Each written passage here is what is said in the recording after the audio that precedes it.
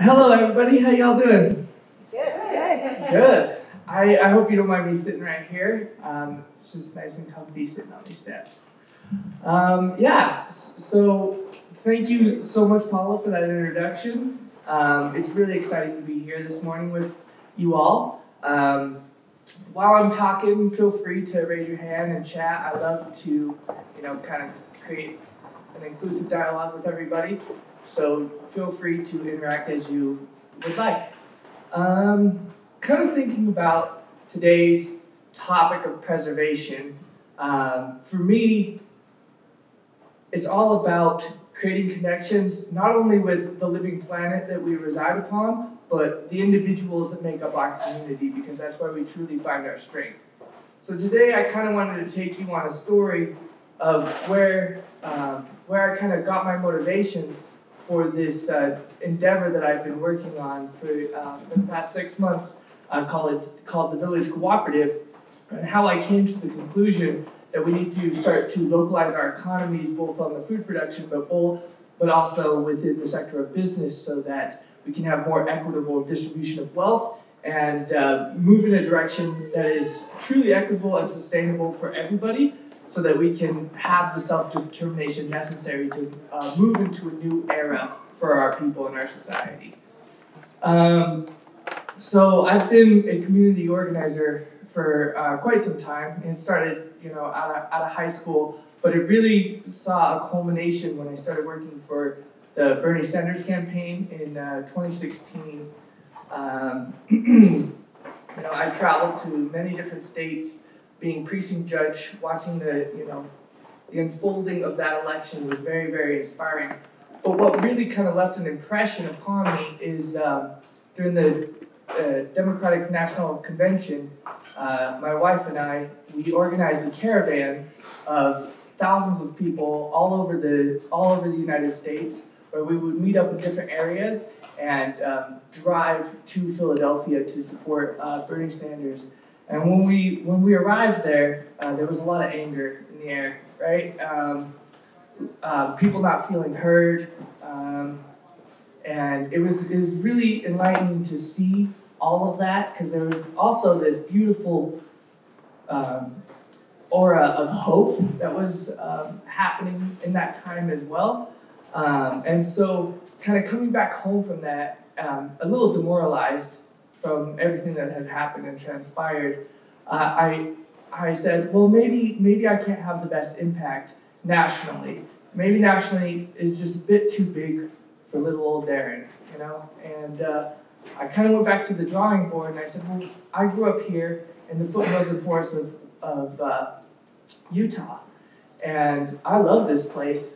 And our environment is under siege constantly by this good old boy network of developers and extractive industries. So how can we kind of change the paradigm and preserve this beautiful space that we have? I mean, we're very, very fortunate here in that we can drive 20 minutes and be in some of the most beautiful mountains in the world, and it's something definitely worth preserving. So I started working with the Utah Rivers Council as an environmental lobbyist to protect the Bear River. And if you weren't aware, this proposal is currently dormant because we did create a successful coalition to stop it, but there was a proposal to build 3 dams along the Bear River, which would divert the Great Salt Lake and exposing vast tracts of lake bed and making our air quality almost unlivable here along the Wasatch Front, because you would have lead, magnesium, and other toxins that would go into our air in the form of dust storms. And so that was a really fun experience, because I really got a look at organizing with farmers, sitting at their dinner table and talking to them about the risk to their farmland, talking to families knocking on their doors, talking to the risk of their children if we go ahead with this disastrous proposal that we don't even really need. And then taking all of these people together to the Capitol and lobbying with them to talk to our legislators and kind of showing them that a legislator, although they have this fancy title, they're just a person like you and I, and we can talk to them and debate with them and influence their decisions based upon our own story. And our story is important, even if we're just, a citizen, a stay-at-home mom, a laborer, a carpenter, it doesn't matter. We have an influence and an impact that we can make if we just rise together as a people and express our voices. But so after that, and I worked to save the Bear River and the Great Salt Lake, I still felt like this disconnection, because the political advocacy world, I alluded to it with Bernie Sanders, there's a lot of anger, there's a lot of frustration, and vanity, to be quite honest. And I wanted something more pure, so I really started to immerse myself in urban agriculture, because it seemed like advocating on the Capitol, everything is incremental. And looking at this future, looking at the air quality and the environmental degradation that we're facing as a people, I really wanted to see what kind of solutions we could have. And so I started working with the Green Urban Lunchbox, which is a food justice organization that does some really inspiring work. We install backyard farms in people's backyards of senior citizens, and they get a third of the produce, and then another third we donate to those in need, and then a third we use to sell to fund our program. And then we also harvest fruit trees all over the Wasatch Front, which would otherwise go to waste, decompose on the ground, and release methane into our air, which is not a good thing. And also, it really harkens to the idea of what is our carbon debt that we're paying if we are constantly shipping food from other states to us. When we have thousands of fruit trees, we have the resources available to provide for ourselves. We don't necessarily need to be shipping in all of this food and having a huge carbon debt just to go pick up a tomato that's right down the street, right? Why not we grow a tomato or have an apple tree right in our backyard? And so that was really inspiring to me, and I started to really learn the idea of permaculture. Have any of you heard about permaculture? Okay. So through my work with the Green Urban Lunchbox, I started to interact a lot with permaculturists that, for me, it's almost like recreating the Garden of Eden and connecting ourselves with each other and with the planet. Because there are three principles that are really exciting to me about permaculture. It's care for the earth, care for the people, and care for the future. And everything that falls within that Venn diagram, per se, if it doesn't fall right in the center, maybe you shouldn't do it. And so interacting with all these permaculturists and thinking about how we can build a permanent culture, I started to really analyze what the work that we were doing at the Green Urban Lunchbox, which is really valuable. We're donating food to those in need through food pantries, but is it really getting to the heart of the problem, right? So we have food pantries where people are really reliant on a lot of the food that goes out of food banks and whatnot, but a lot of it is not the healthiest of food. It's high in carbs, and it doesn't really build the resilience of our people, right? So with some friends, I bought a quarter acre, and we together are building, I guess what you could say, essentially a compound where we have permaculture meetings every Monday, and we're farming this quarter acre with the idea of expanding it to the park that's directly adjacent and feed a 3-block square radius of within the municipality of Rose Park, so that we can start to get an idea of, okay, instead of just harvesting food and donating it to a food pantry and not knowing where that food goes, let's hyper-localize our food sources so that we have the resiliency and the independence to move away from a system that degrades our planet, keeps us, dependent on a wage system that keeps us in debt because we're constantly trying to one-up another. Let's kind of go back to the drawing board and see what we can do in our local communities. Like a quote that I really like is, if you want to change the world, start by interacting with your neighbor, start by changing your neighbor. but in this current digital age, we've kind of gone away from that. And I think with all of these depressing stories that you hear on the news, it's really inspiring when you're sitting together with all your neighbors, learning from each other, and gardening with one another, because the best way to radicalize somebody is underneath the shade of a fruit tree. So if you're constantly learning with one another and you're sharing your resources, and then we realize how much impact we can have together, that's when we start to lead towards what I would classify as a true preservation, a preservation of our planet and a preservation of our people, because we are collectively doing that together. Last night at a permaculture meeting, somebody said we need to pull ourselves up by our bootstraps together, and I thought that was really quite ironic, but but it is true. I mean, the strength of this movement that we can create together of environmentalism and starting to have a more direct democracy, it comes from standing shoulder to shoulder with each other, right? And co-organizing and sharing all of our great ideas and whatnot. So this village school, oh yeah. I'm just curious about how you're getting the community of Rose Parks involved with the project. Oh yeah, good question. So I have 5 churches within this 3-block square radius, and we have been attending all of the churches and interacting with the church leaders, and inviting them to come to our permaculture meetings. We have on Mondays we have permaculture meetings at 5:30 every week, and then we also have the Brown Berets, which is a Latino Latinx group that organizes primarily for the Rose Park youth, and they meet every other Thursday, as well as the Eco-Socialists. They meet every other Thursday as well. And so basically we're trying to create a co-organizing space where everybody can meets and interacts with one another. And what's really cool about that is it's happening in a very small living room. We potluck, and then everybody works on the farm that's directly outside. And so it shows, I really am trying to encourage that people can do this within the comfort of their own home, and then branch it out to larger spaces like the Impact Hub. But I don't think people should be afraid to open up their doors.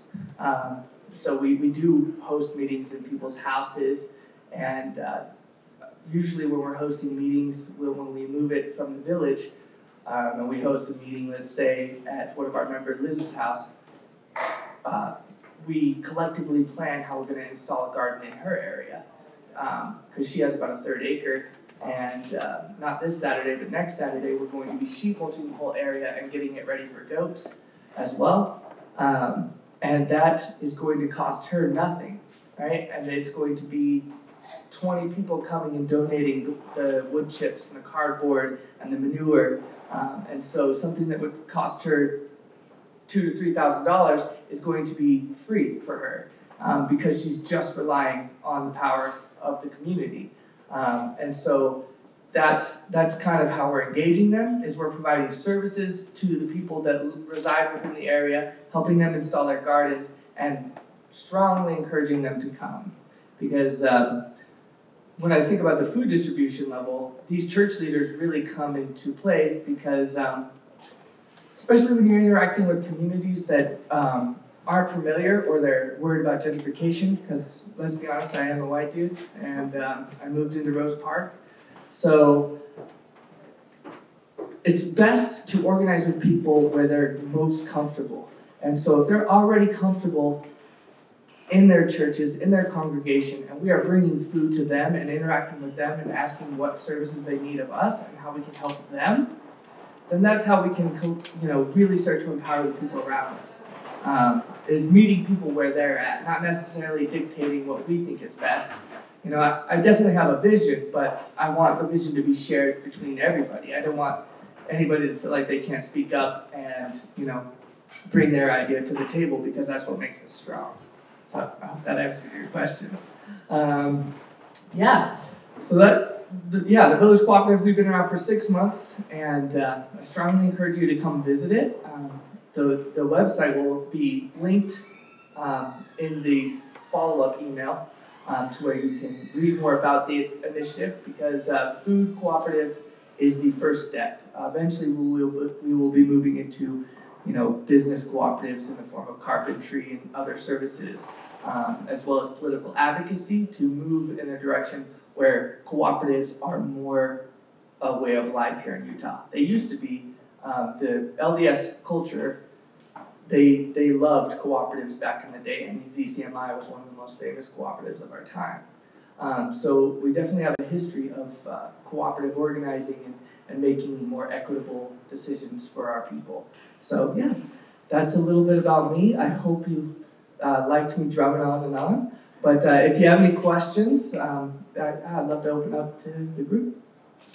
What are some other examples of cool cooperative model organizations or projects that are happening in Salt Lake or in Utah that you know of? Ooh, in Salt Lake, I mean, there's the Wasatch Food Co-op. They have been organizing for 2 years. They're still looking for a place to get a market so that you have a food space, but I think that's a really cool option that as far as cooperatives are going. And then you also have it's not necessarily a cooperative, but the Boyne Collective and Noise, they do some really wonderful organizing, and they're also really centered around food justice. They have about an acre, and they work with Food Not Bombs, and so they do a lot of work with people experiencing homelessness. Just the way that they organize and create space for all different varieties of people is really inspiring. So if you have never heard of the Boyne Collective or Noise, I highly encourage you to check them out. I'm kind of going blank on other co-ops. I know they're out there, and then I'm going to be beating myself up when I remember. But one thing that's not in Salt Lake that is pretty much how we are formulating the village cooperative through our bylaws and the way that we're operating is Mondragon. I hope I said that right. It's in Spain, and they have the most incredible cooperative setup. It was started after the Spanish Civil War, and they collectively organized in the Basque region. They have their own banking system. They have all these different business cooperatives, and when the 2008 recession hit, they were hardly affected by it because they were independent and they collectively organized. So when their steel industry took a hit, they just took all those steel workers and they taught them how to cook and still maintained their job and their quality of life because they collectively could decide, oh, our people are not able to do this job anymore. Let's give them another skill. And I thought, and reading about that was really inspiring to me of like, oh, as we go into automation and the future is kind of uncertain, we need to make sure that we build a system where we're flexible and not kind of stuck in this rigid wage system that we're currently in. How do you distribute your food? How do I distribute the food? Yeah, is it distributed to? Yeah. So for the current model would be, so we have a little table that I'm on a corner plot, and we have that where people can come up and they get the food, and we talk to them about a membership, a dues-paying membership, or just an open membership, and we also drop it off we're going to, as soon as the harvest comes in, right, we're going to drop it off at the Buddhist temple, the Bosnian mosque, and the Guadalupe church. And basically we'll just have those drop-offs, and since it's a block away, it's easy to throw it in our truck, in our van, and we just have a crate system where we catalog. It's almost like a CSA, but in a much larger portion. And we'll disseminate it into bags based off poundage, and what kind of crops we have at the time. So, and that's how that will work. And then one thing that's really cool about Green Urban Lunchbox is they they do free senior markets that I hope to build upon that model of taking care of our elderly. So in the park that is adjacent to our property, we're going to start having gatherings and where people can come and get the food as well.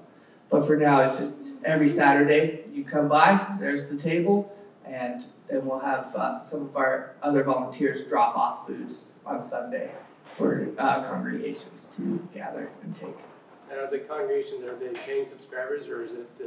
No, it's just right now it's just a partnership to see how much food we can donate to a specific region. And then when we can catalog that data, we'll continue to write grants and talk about the access to food and how we can continue that longevity. Ideally, I would like to continue the 1/3 model of selling some of that, but in this first phase, I really just want to see if we can truly deliver food in a 3-block square radius and feed families successfully off of a small plot of land, and see if we need to expand or kind of make switches as needed. So. I'm wondering what you feel like are the largest barriers in terms of people becoming aware that they can have a community of engaged people come out and create a garden on their property. Are you finding that there's barriers in terms of awareness of people that this can happen, or is there also barriers in terms of the volunteer hours that you have and the people who want to come help and support, or how scalable is that, and what are areas that you need support in with that? I think it's definitely awareness. As far as volunteer hours, I think people, especially now, people just want to get out and do things, but they don't necessarily have the apparatus. So the awareness is key, so that Canvas comes into play, and also that's why I think the weekly meetings are really important, because they have no pressure. People come and they potluck, and then they get to learn about gardening. And then Mondays are no pressure at all, and then we talk about how Saturdays we garden for 4 to 6 hours, and you could show up anytime in between that. And usually we have about 10 to 20 people who show up and give their time for that Saturday morning and garden. But the barrier would definitely be the awareness of, oh, hey, you can install this, because some people are like, oh, well, I can't afford that. And I said, well, we'll do it for free. We can find donations from different farms. There's excess, and also there's grant funding that we have received to install these gardens and make sure that we can pay for some of the services. But the idea is to establish it for as little as possible. And then that's great that the accessibility, that's just awareness on which is a problem you can solve in time. And then my next question was, so on the investment, it costs $2,000 or $3,000, you said, for an average kind of garden to be installed on an average side maybe. How long does it take for that ROI? So you said that you sell 1/3 of the produce. Are you able to create an ROI on that, break even on that investment within one season with selling the produce from the average size garden? Well, actually, that's actually, so that service that we're installing for Liz, that is entirely a service. Yeah. We're not expecting anything back from that. And I was actually trying to compare, so the type of service that we're doing for her would be more that it was more like $5,000 to $6,000. The type of landscaping that we would do when we are significantly reducing that cost. And yes, we are taking on that cost, but that is our service to the community to establish more gardens and more regenerative life practices throughout the region. We have talked with farmers, not farmers, recipients of our services to say, because they are saying, oh, I'm producing too much food.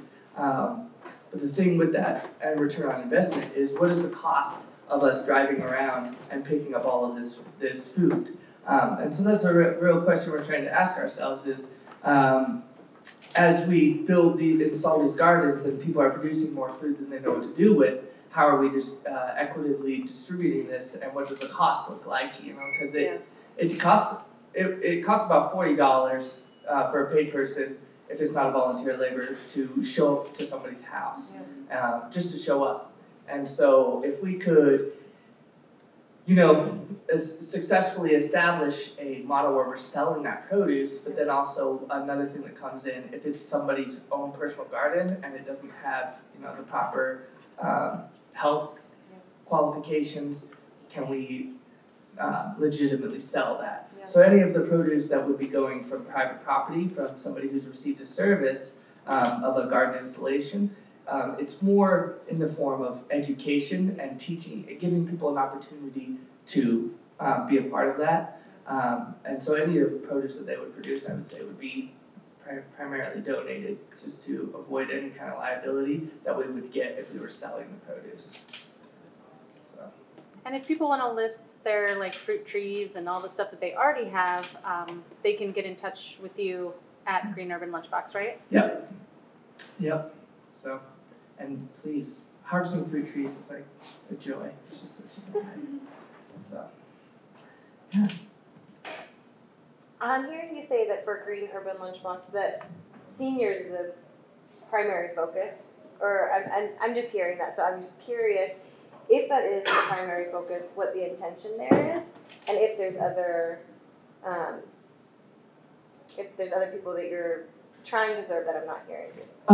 So that's the Back Farms program, which yes, definitely primarily focuses on senior citizens who can no longer maintain their land, and so we install a garden. And essentially, senior citizens are usually,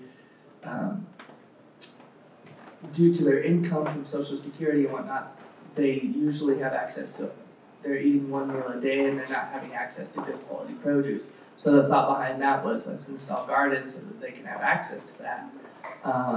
And also take a yield to donate to the greater community. Where the fruit share program is harvesting fruit trees all over, and we are donating that to food pantries, and we go to the cancer center, and we have a free cancer market as well. We tried a mobile market, but it just didn't seem to work, where we were trying to go into the food deserts of Glendale, South Salt Lake, and talk to the refugee community and see if we could distribute the food. There was the language barrier was really difficult, so we're trying to think of a different way of approaching that. Because right now, it's unfortunately, as much as I have a love-hate relationship with food pantries, but they do serve a really good goal right now, a really good purpose. So right now we're still really partnering with them. We donate a lot of produce to them because they have some really good after-school programs and whatnot to give food to those who need it. Yeah. Cool. Sorry, can I have a question? Yeah. Well, first I just want to say that I really appreciate the work that you're doing. I think food sovereignty and localism is where it's at right now, what we're facing currently. And my question is, I don't know if it's too off base, but it's something that I'm curious about. I'm wondering how Indigenous voices kind of come in and potentially lift up efforts of environmental activists like yourself locally to kind of help guide or support, or when we're talking about preservation and resilient communities and reciprocity. There's so much for us to draw on in those cultures. So yeah, I'm just curious. So they're actually heavily involved with this permaculture movement, and that permaculture meeting I was talking about last night was sovereignty hubs, which is essentially the village cooperative is a sovereignty hub that's sponsored by the SLC Protectors in a confederation. And the SLC Protectors is a native-led organization, and they're definitely talking about food. However, they face a lot of challenges as a people, but so it's kind of interesting because we're trying to figure out. So we're starting in Salt Lake County, which is not a very diverse region, And so we're trying to get people more involved in regenerative earth practices, and then talking with Davina, who's the new executive director. She's a Ghanaian woman, and she is talking about how we need to involve the Title VI schools as well as the Urban Indian Center, which will be one of the permaculture guilds and our sovereignty hub within the municipality of Salt Lake. But I think it's kind of like a growing pain because it's really, they do have so many garden practices and knowledge that we're just kind of like just learning, but they grew up with it and know about it forever. So it's this really interesting dynamic of, oh, well, I have these resources and I'm trying to help, but you have the knowledge and I don't want to necessarily tell you what to do. So it's like these growing pains of figuring out where we can collectively organize. So yeah, I mean, they definitely have a lot of leadership in the overall movement that's kind of happening through their involvement in the SLC Protectors. But yeah, I think it's going to be interesting. I mean, we'll see. I hope I answered that. Yeah. Cool. Thank you. Yeah. Awesome. Well, thank you all so much. Thank you.